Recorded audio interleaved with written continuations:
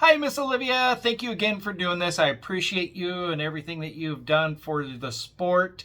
But as a passionate fan for the Edmonton Oilers, I really want to hear your perspective on how your team did this offseason with the draft and also the free agencies and also some of the trades that have happened. I'd love to see how you feel that they did and what are some of the mistakes that they have done. So let me know. All right. Have a great day. Hi Doug, thanks for having me. I really appreciate you and everything that you've done for the sport and the community on here. I love your content, so keep it up. I will say for me as an Edmonton Oilers fan, this offseason has been pretty good. There are some highs and some lows, which I'll get into. But overall, I'm really happy about a lot of the players that we signed. I think the one that I'm most excited for is Frederik Andersen. When that news came out, I honestly thought it was fake. Took me a minute to believe it. But once I saw that it was real, I was so excited. I think Freddie is not only an amazing person and just a really perseverant individual, but he's also shown that he can win in those tough situations. And a lot of people, both internally and externally, have pointed to goaltending as the reason why the Oilers haven't won the past couple years. So I think it'll be nice to finally ease some of the concerns around that. Secondly, as of a few hours ago, we have brought back all three guys that we got from the Chicago Blackhawks around the trade deadline. So Colton Dach, Jason Dickinson, and Connor Murphy. I think those are 3 for 3. I really like all three of those players. I think they fit the system well, and they showed, especially during the playoffs, that they can step up, but they can also take more of a backseat role if they need to.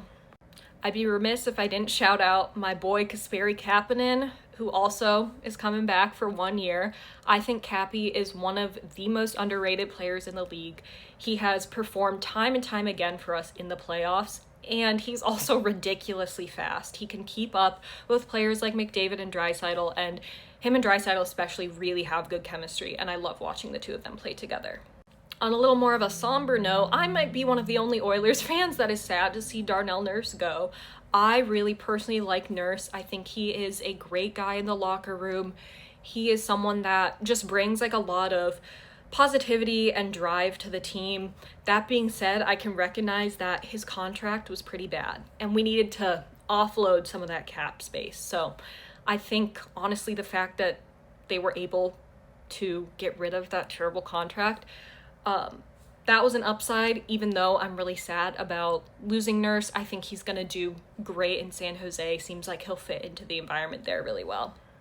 As far as the draft goes, I don't think it was necessarily anything flashy, but I do think the Oilers made a lot of sensible picks, got some great depth on the team, of course. I'm really excited to see how Rudolfs Burskholz especially works in the Oilers systems. I think he is a great addition and is going to be really good in a couple of years.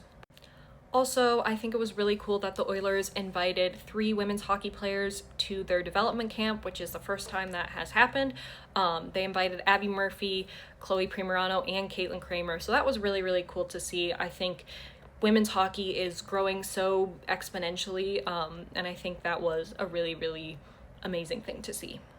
I think overall it's very clear that the Oilers want to win now. A lot of the deals that they made for this offseason are 1-year deals. And while it is a bit of a gamble, I think you might as well go for it now. I like that they're going full steam ahead. They know that they want to win now, and I really, really respect that. And I hope that we can do it this year. Now, on the more negative side, I will be the first person to criticize Stan Bowman. I don't think he should be anywhere near an NHL front office. I am not a fan of his, and I really just don't think that he should be affiliated with an NHL team, as plain and simple as that. I also really, really disagree with the hiring of Mike Babcock. Again, when I first saw that, I thought it was a joke. I was like, there's no way that they will actually be considering this. And of course, they considered it and they did it. That's a whole, I could go on a rant about that. I know you asked more about players, but I really had to address that. I think it's super frustrating for fans who want to make the sport a more inclusive and safer place to just constantly see people that really should have nothing to do with hockey anymore be brought back into the fold. So I really think that he is going to crash and burn. It would not surprise me if he was relieved of his coaching duties early on in the season. We'll see how it goes. I'm not a fan of him. That's really all I have to say about that. Anyways, I know that was all very long, but I am really excited. I miss hockey so much. I'm so excited for the season to start and really excited to see how this new group fits together. I have some high hopes. Obviously, you got to be realistic about things, but I think it's looking pretty good. All right. Thank you, Doug. Go Oilers. And yeah, that's all I have to say.